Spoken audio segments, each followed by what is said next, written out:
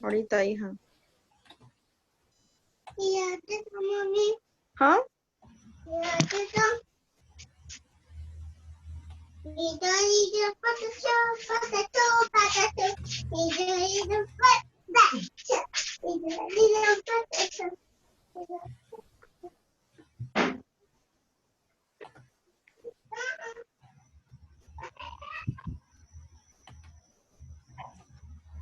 Bien, ya estamos de vuelta. Se cortó, me distraje, me olvidé del tiempo. Bien.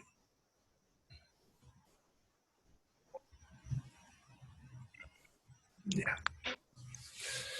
Bueno, entonces le está hablando de los desinfectantes, ¿ya? Estos, como les decía, tienen mayor capacidad destructiva, ¿ya? Matan a casi todos los agentes infecciosos, ¿ya? Donde no hacen daño es en algunos tipos de virus, algunos bien seleccionados, y las esporas. Las esporas son una forma de protegerse que tienen algunas bacterias y algunos hongos. ¿Ya? Entonces, estas bacterias y estos hongos, en algún momento de su ciclo de vida, se envuelven en una capa protectora, ¿ya? Y cuando están así, se llama espora. Las esporas pueden sobrevivir a casi cualquier cosa, a temperaturas elevadas, sequedad, la luz del sol, cosa que la mayoría de los agentes infecciosos morirían. ¿Ya? Entonces, cuando tenemos agentes infecciosos que producen esporas, sobreviven también a las sustancias que hemos visto, ya a la povidona, a la clorexidina y también a estos que estamos mencionando ahorita, que son los desinfectantes. ¿Ya? Es más, esta es la diferencia con esterilización. ¿Ya? Van a ver que cuando hablamos de desinfectante dice destruye el 99,98%. Así, ¿no? Entonces, ese 0,02% que falta destruir son las esporas. ¿Ya? Una esterilización destruye el 100% de los agentes infecciosos. ¿Ya? Entonces, la diferencia entre esterilización y desinfectante es ese 0,02%, ya que no mata los desinfectantes. ¿Ya? Entonces, un desinfectante es muy eficaz. Se están viendo. ¿Ya? Ahora, el problema que tienen los desinfectantes es que como son tóxicos para los agentes infecciosos, justamente también nos pueden causar daño. En otras palabras, cuanto mayor capacidad de destrucción de los agentes infecciosos tiene una sustancia, también puede causar más daño a nuestra persona. Por eso, los desinfectantes solo se aplican en superficies inertes. Eso significa en cualquier cosa que no tenga vida. ¿Ya? Lo vamos a usar para los muebles, mesones, pisos, paredes, vidrios, instrumental. ¿Ya? Entonces, para eso usamos los desinfectantes. Entonces, ya saben cuál es la diferencia entre antiséptico y desinfectante. Es muy importante entender esto porque muchas veces confundimos. Y, por ejemplo, cuando aparecen productos de limpieza, dice con poder desinfectante, ¿no? ¿Ya? Y a veces vienen detergentes que dicen desinfectante. Pero si dice desinfectante, no debería usarse en piel, porque los desinfectantes no son para usarse en piel, lastiman la piel. ¿Ya? Bueno, entonces eso sería lo que es un desinfectante. Ahora, entre los desinfectantes más usados, tenemos primero al famoso hipoclorito de sodio. ¿Ya? La famosa lavandina, ¿ya? El hipoclorito de sodio. Bien, la lavandina o hipoclorito de sodio viene en productos comerciales con porcentajes variables, ¿ya? Entonces, a ver,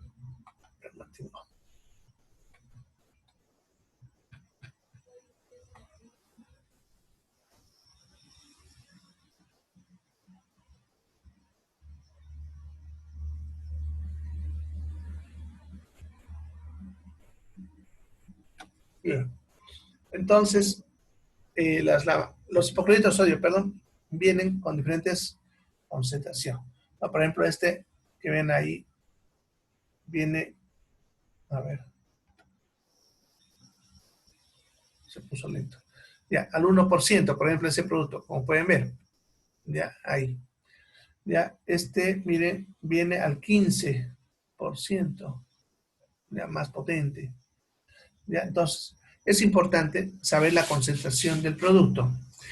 La concentración adecuada para producir desinfección va entre 0,5 y 2%. ¿Ya? Para hacer una desinfección de alto nivel es del 2%, de bajo nivel del 0,5%. ¿Ya? Entonces, cuando yo quiero usar el hipoclorito de sodio, debo usar en esas concentraciones. ¿Ya?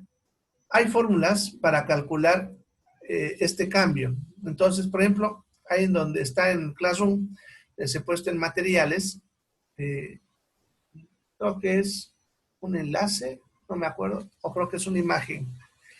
Ya les he puesto un material donde les enseña cómo calcular el porcentaje, o sea, cómo hacer para que esa lavandina, que aquí la X5, que es la que más usamos, la que viene en sachet, viene al 8%. Entonces, ¿cómo hago para que eso que está al 8% se vuelva al 2%?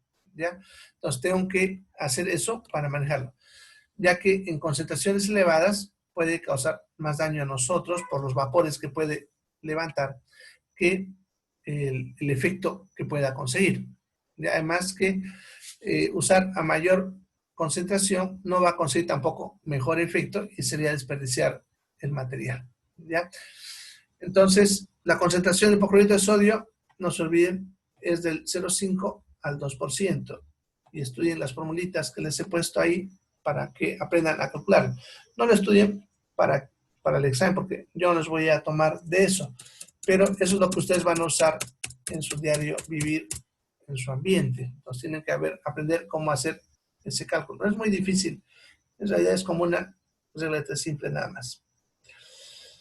Bueno, el otro que usamos bastante es el glutaraldehído. Ya, glutaraldehído,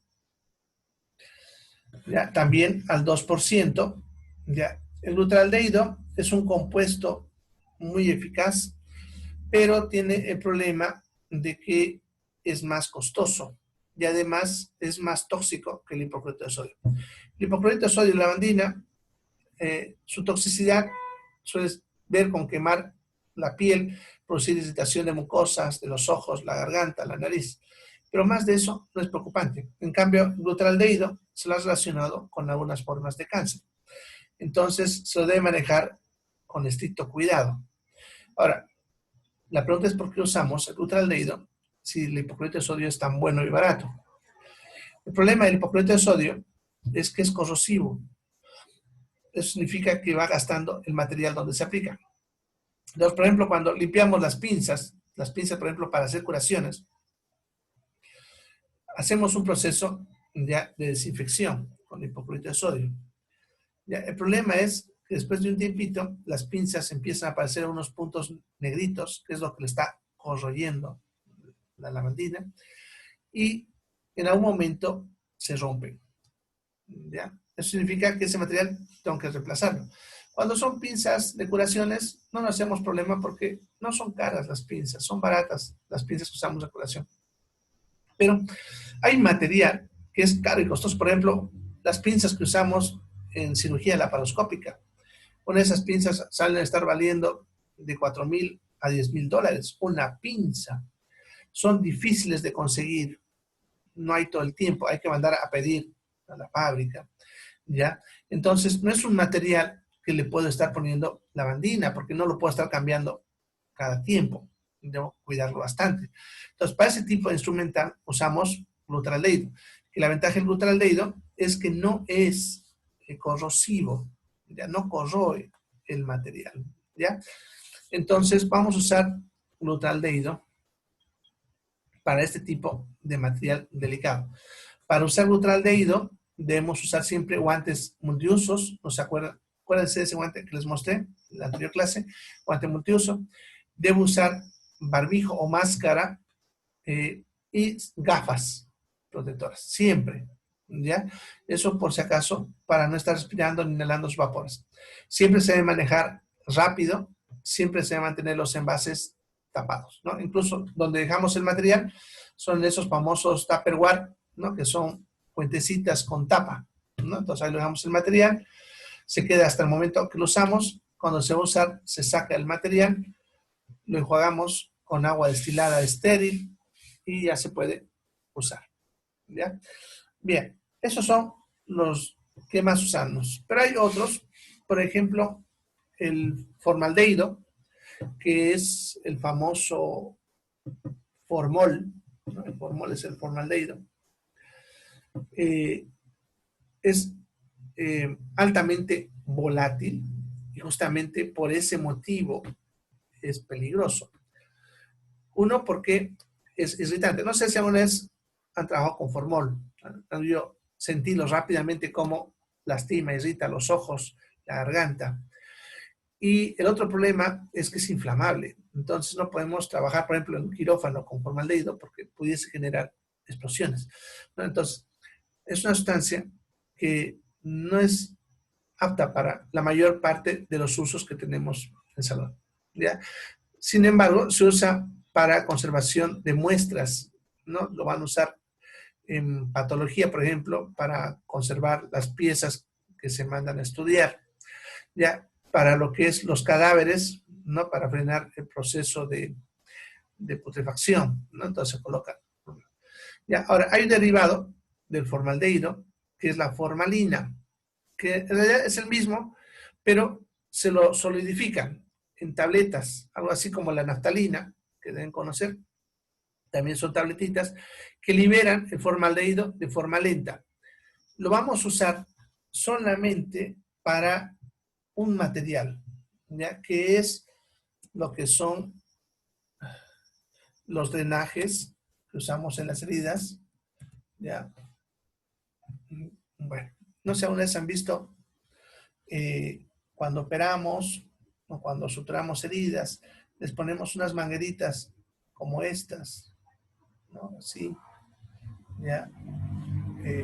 A veces incluso cuando no hay eso, usamos de los guantes, le cortamos y armamos con el guante un tubito, como están viendo así, y lo dejamos en la herida. Eso nosotros le llamamos penrose, ¿ya? Entonces, nosotros preparamos en la enfermería, más que todo para cuando hacemos drenajes de puchichis, heridas por animales. Entonces, ahí vamos a tener ya preparadito de guantes que hemos cortado y lo tenemos listo.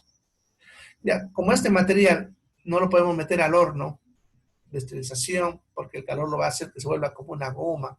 Y la lavandina ya, y otros también lo deshacen. El butaldehído, por ejemplo, lo hace que sea como una pasta. La lavandina hace que se pegue formando como una goma. Entonces, para estos usamos la formalina. Ya se pone en un frasquito los penrose preparados y ahí ponemos 2, 3 tabletitas de formalina y se lo deja ahí 48 horas, va liberando de a poco. Y de ahí ya nosotros podemos empezar a sacar y a usar. Como la tableta a poco va a ir liberando, va a mantener la desinfección de ese material. Ya, es para lo único, para lo que usamos la formalina. Ya no usamos para otras cosas más. ¿Listo? Bien, hay otros más como compuestos de amonio, por ejemplo, que se han estado usando, a menos ahora con lo que ha pasado con el COVID, pasó que se acabó el hipoclorito de sodio disponible en el mercado, entonces nos empezó a faltar. Tuvimos que empezar amonio cuaternario, que es otro desinfectante que funciona parecido al hipoclorito de sodio. ¿Ya?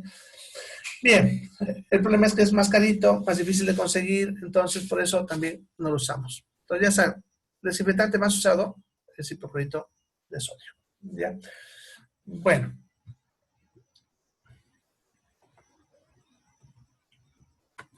En cuanto a los antimicrobianos, aquí en este punto se refiere a los que usamos para tratamientos de enfermedades. Pero en este punto que estamos hablando, no se refiere al tratamiento de las enfermedades. ¿Ya?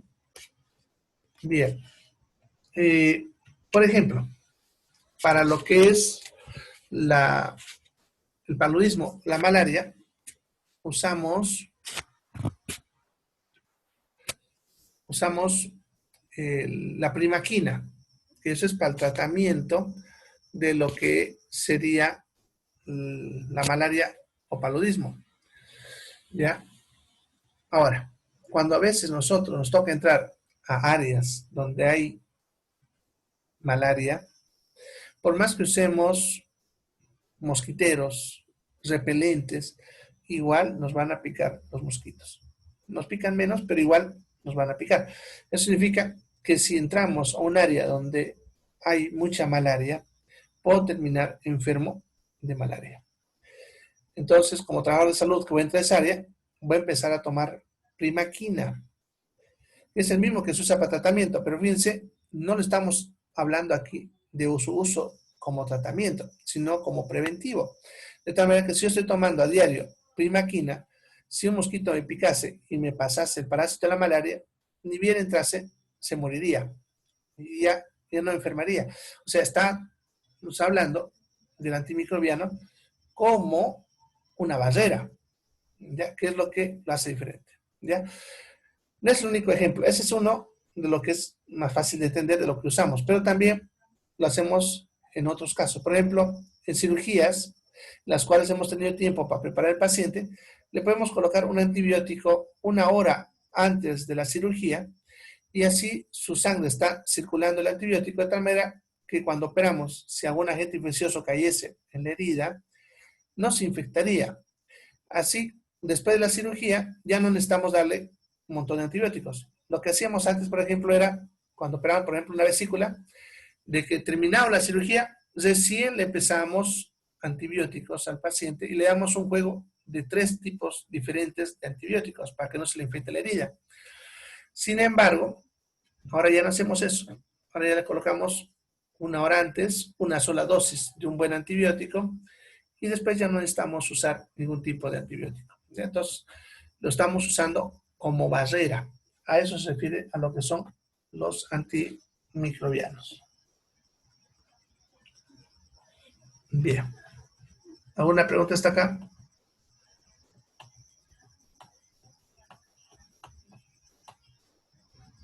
Bien. Espérenme un ratingo. Voy a ir a prender mi luz, que por eso no me ven.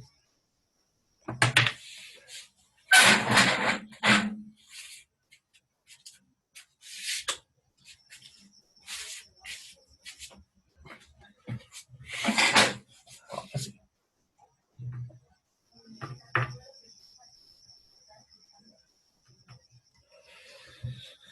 Bueno, ahora sí. Así que cuando empezamos desde día y me olvido prenderla. Bueno, ¿alguna pregunta hasta acá sobre barreras químicas?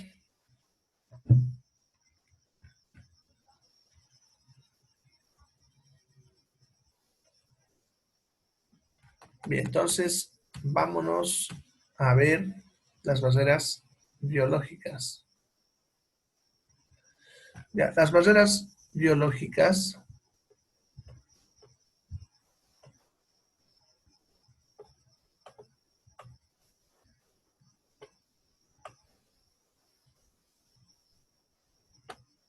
ya, son 2.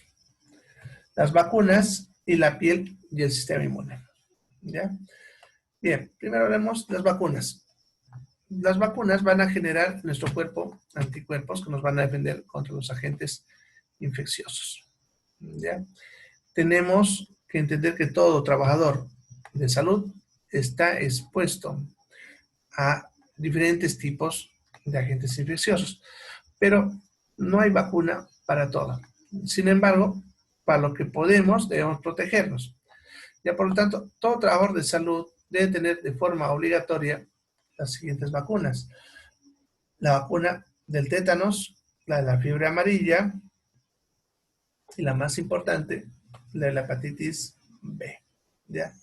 Debemos tener esas vacunas, pero completas. La del tétanos son 5 dosis. La de fiebre amarilla, una cada 10 años. Y la de la hepatitis B son 3 dosis. ¿Ya? Deben tenerlas esas. Actualmente, para ingresar a trabajar a una institución de salud, ya te están exigiendo, ya, algunas todavía no, pero la mayoría ya está empezando a exigirte que tengas esas 3 vacunas, principalmente la de la hepatitis B, ya que podemos contagiarnos de eso en el trabajo. ¿Ya? Por lo tanto, debemos estar protegidos. Ahora, en caso de riesgo, la que sea necesaria. Eso significa, en caso de que me exponga a otro tipo de enfermedad, como por ejemplo la meningitis meningocócica. Hay vacuna para eso, pero no es una enfermedad muy frecuente, entonces no necesitamos vacunarnos a menos que haya atendido a un paciente con meningitis meningocócicas, ¿no? Cuando hay eso, se hacen las denuncias generalmente y lo que es el CEDES, con su departamento de escudo epidemiológico, se encarga de detectar a las personas que han estado en contacto con ese paciente enfermo y los vacuna, y eso nos incluye a nosotros. Entonces, solamente cuando es necesario ese caso. Lo mismo sería el caso de la rabia. Bien, entonces esas son las vacunas que tenemos que tener de forma obligatoria en salud. Ahora, ¿a qué se refiere la piel y el sistema inmune? En sí, nuestra piel es nuestra verdadera barrera protectora. ¿Ya?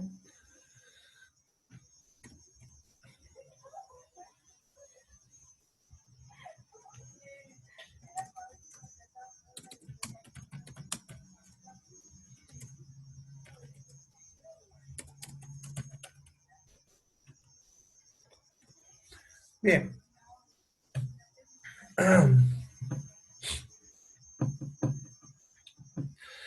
Entonces, nuestra propia piel es la verdadera barrera protectora. Mientras nuestra piel esté intacta, ningún agente infeccioso va a atravesarla y por lo tanto no vamos a enfermar. Por lo tanto es importante mantener la piel protegida, ¿ya? Que no esté con lesiones que puedan generar puertas de entrada para los agentes infecciosos. Por eso es importante que todo trabajador de salud tenga la piel de sus manos principalmente en buenas condiciones. Ten en cuenta que nuestras manos son las que usamos para trabajar, las que nos ponemos guantes y todo para poder entrar en contacto. Ya, acuérdense que les decía que lo que es las normas de bioseguridad ya disminuyen el riesgo, pero no evitan los accidentes. Entonces, nosotros podemos tener un accidente que el guante se rompe y nuestra piel puede que entre en contacto con algún agente infeccioso, pero si nuestra piel está sana, no va a pasar nada. Pero si tenía una herida, una lesión, ya muchas veces heridas que no me doy cuenta, pequeñas, entre los dedos, en las uñas, por ejemplo, ya, entonces podemos tener lesiones que pueden favorecer el ingreso de los agentes infecciosos. Entonces, por eso la primera recomendación de todo trabajador en salud es que tiene que cuidar sus manos, ya de tenerlas en buenas condiciones. Y eso no significa, por si acaso, que no trabajen en casa. Ya hay formas de hacer las cosas, ¿no? Hay guantes de trabajo, por ejemplo, si les toca carpir su terreno, hay que carpirlo el terreno, pero pónganse guantes de trabajo para que así su piel no se lesione y no tengan problemas de riesgos de contaminación. ¿Ya? También se aconseja usar cremas humectantes y emolientes. El lavarse tanto, ya vamos a ver más adelante, no sé si me da tiempo hoy día o mañana, pero vamos a hablar del lavado de manos. Cuando hablamos de lavado de manos van a ver que la cantidad de veces que nos lavamos las manos son muchas, ¿ya? Y el problema es que la piel se suele resecar. Y si la piel se reseca, va a empezar a aparecer fisuras o rajaduras que son microscópicas, ni cuenta nos damos, pero nuestra piel está lastimada porque se ha secado y eso se ha hecho que se raje a nivel microscópico y eso sirve de puertas de entrada, ¿ya? Entonces, debo usar cremas humectantes para evitar que mi piel se lesione de esta manera. Y lo demoliente no es necesario, pero ayuda en lo que es la eliminación de células muertas de la piel, y eso ayuda a que las bacterias también más fácilmente salgan de la piel. ¿Ya? Entonces no se olviden, deben cuidar las manos, ¿ya?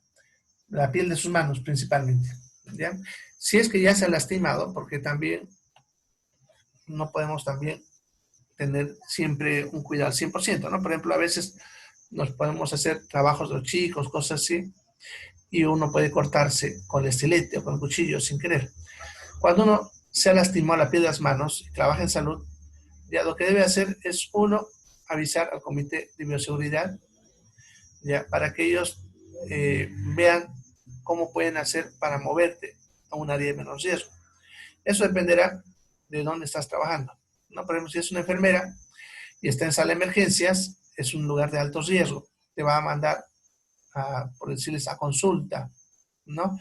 Y mandará a la enfermera de salada a emergencias, temporalmente hasta que tu herida cure.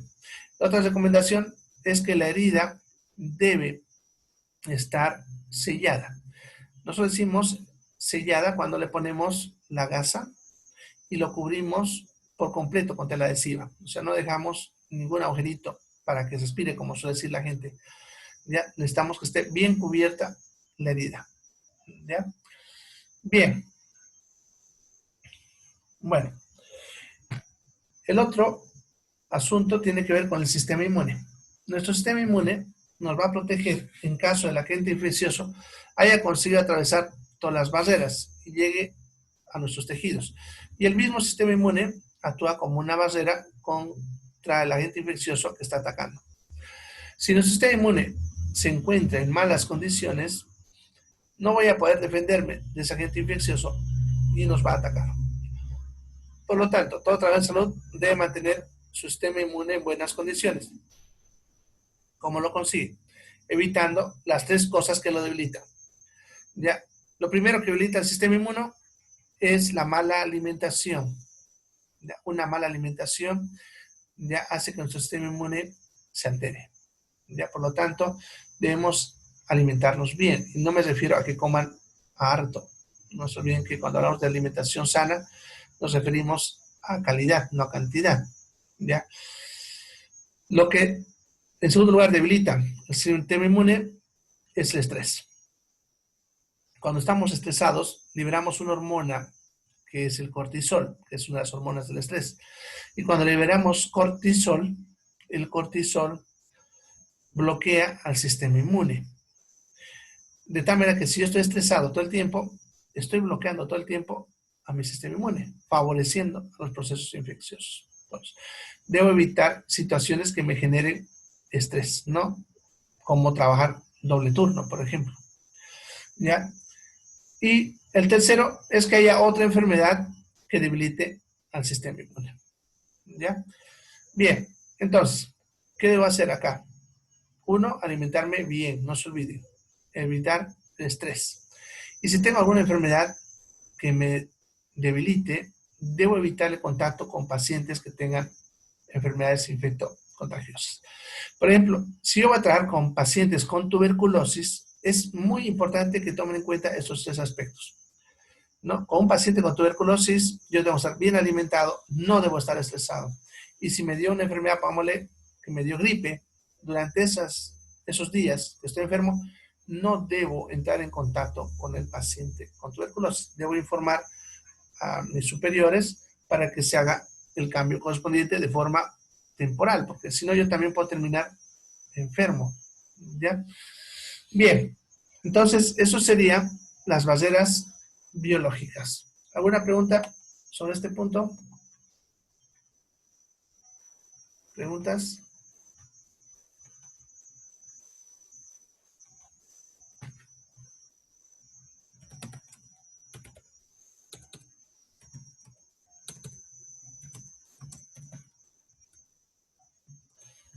Bien, vamos a ver ahora lo que son las barreras mecánicas.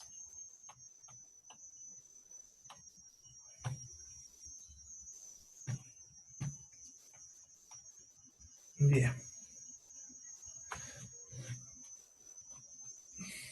Primero, los procedimientos de limpieza, lo que es la limpieza institucional. Ya, dentro de las barreras mecánicas, entonces, tenemos lo que es la limpieza de la institución. Ya, así evitamos los agentes infecciosos y que estos se mantengan activos en la institución en la que trabajamos. Ahora, lo que sí hay que tener en cuenta para el procedimiento de limpieza es evitar que estos agentes infecciosos vuelvan a ser peligrosos. Más que todo, se refiere a los agentes infecciosos que están en el aire o en gotitas flotando en el aire o en partículas. Ya, cuando una persona estornuda, ya bota partículas de todo tamaño. Las más grandes caen casi inmediatamente al suelo. Las medianas van a flotar un poco más, pero van a ir cayendo al suelo. Y las más pequeñitas pueden permanecer flotando por mucho tiempo en el aire. Son las más peligrosas. Y esas pueden caer muy lentamente en el transcurso de varias horas o incluso días hasta asentarse en una superficie. Mientras está en el aire, son peligrosas porque las podemos respirar. Pero cuando se asientan en una superficie, dejan de serlo. ¿Ya? Ahora, si yo agarrase una escoba o un plumero al hacer la limpieza, puede hacer que se vuelva a levantar hacia el aire. ¿No ven? Y si se vuelve a levantar hacia el aire, vuelve a ser otra vez peligroso, ¿no? Por lo tanto, ya en la institución de salud no debo usar, como dice ahí, escobas, cepillos o plumeros ya para la limpieza, porque al usar estos materiales vuelvo a subir al agente infeccioso al aire. ¿Ya? Si lo vuelvo a subir, lo vuelvo a volver a que sea peligroso. ¿Ya? Entonces, para eso, para evitar eso, vamos a usar una limpieza con paños humedecidos en hipoclorito de sodio al 2%. ¿Ya? En otras palabras, lo que comúnmente aquí le decimos trapear. Vamos a usar un paño humedecido en hipoclorito de sodio, ¿ya? Y lo vamos a pasar por las superficies, ¿no? Por los suelos, por los pisos, etcétera. ¿Ya? Al hacer esto, vamos a inactivar al agente infeccioso. O sea, en otras palabras, al mismo tiempo hacer limpieza, estamos haciendo la desinfección, ¿ya? Y el pañito húmedo evita que ese agente infeccioso vuelva otra vez a flotar en el aire. Entonces, toda la limpieza tiene que ser así, ¿ya? El piso, con trapito para el piso, y los muebles también con un paño humedecido en hipoclorito de sodio del 2%, vamos a pasar por encima de todos los muebles, arrastrando así la suciedad y al mismo tiempo produciendo la desinfección, ¿ya? Entonces, no se olviden, en instituciones de salud no podemos usar esto, ni podemos usar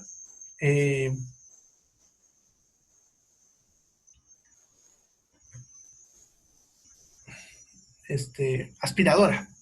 Ya, me está olvidando. Ya. Bien, esperemos un ratito.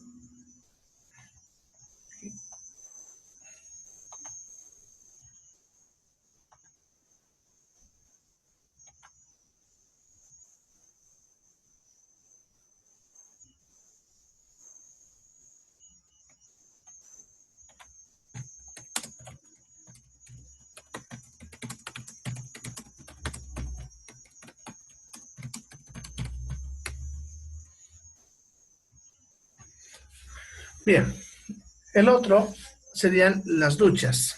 No son, por si acaso, duchas especiales ni nada. Son las mismas duchas que ustedes conocen. Lo que lo hace diferente es el objetivo, ¿ya? El objetivo de cómo se lo va a usar, ¿ya? En toda institución de salud, en las áreas críticas, debe haber acceso a un cuarto de ducha, ¿ya? Este cuarto de ducha debe ser exclusivo para los procesos de antisepsia y desinfección en caso de contaminación, ¿ya?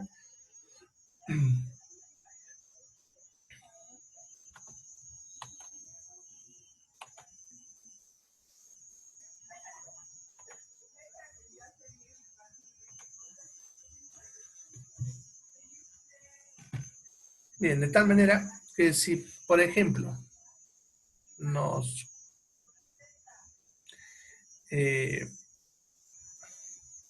pongámosle, nos aplicó sangre. ¿Ya? Entonces debemos correr a esta habitación, ¿ya? Y en esa habitación debemos sacarnos rápidamente la ropa, hacernos la ducha para sacar cualquier contaminante que tengamos y al mismo tiempo usar la antisepsia. ¿Ya? Bien. Entonces se refiere a eso. ¿Ya? Bien.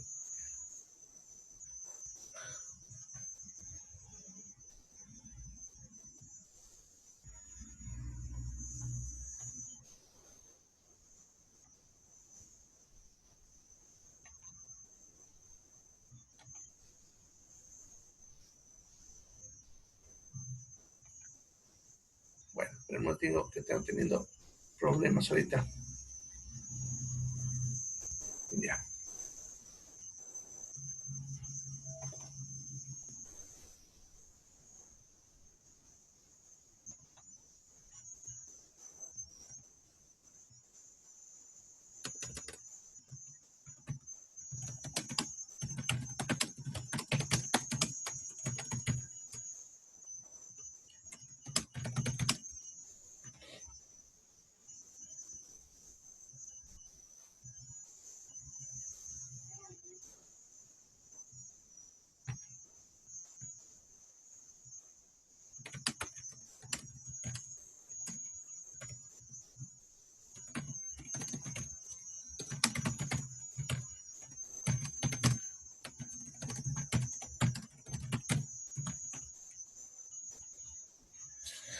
Bien, entonces, eso serían las duchas.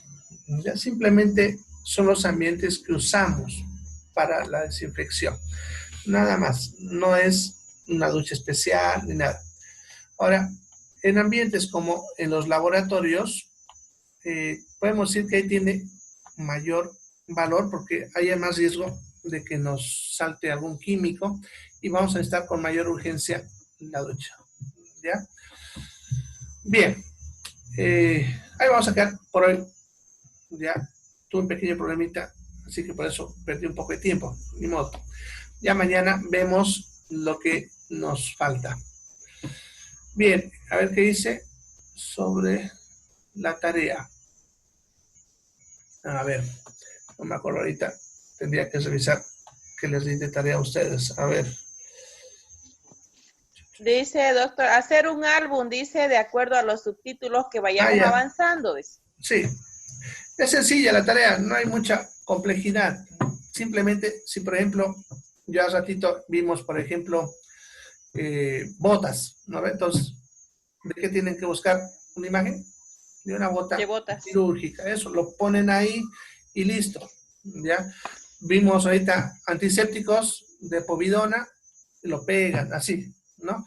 Lo mismo para cada subtítulo. Es un álbum. Doctor, otra preguntita. ¿El examen de esta materia cuándo es? El miércoles. El día miércoles, pero sí. Ahí dice entrega del trabajo, dice el día jueves, o sea, después del examen, ¿le vamos a entregar esto? Sí. Allá, doctor, gracias. Claro, porque como mañana todavía vamos a terminar, no les puedo dar que me lo entreguen al día siguiente, ¿no? Es para que ustedes se puedan dar el tiempo a estudiar. La nota de fisiología, ¿cuándo sale, doctor? De que termine de validar todas las notas. Ya tengo que revisar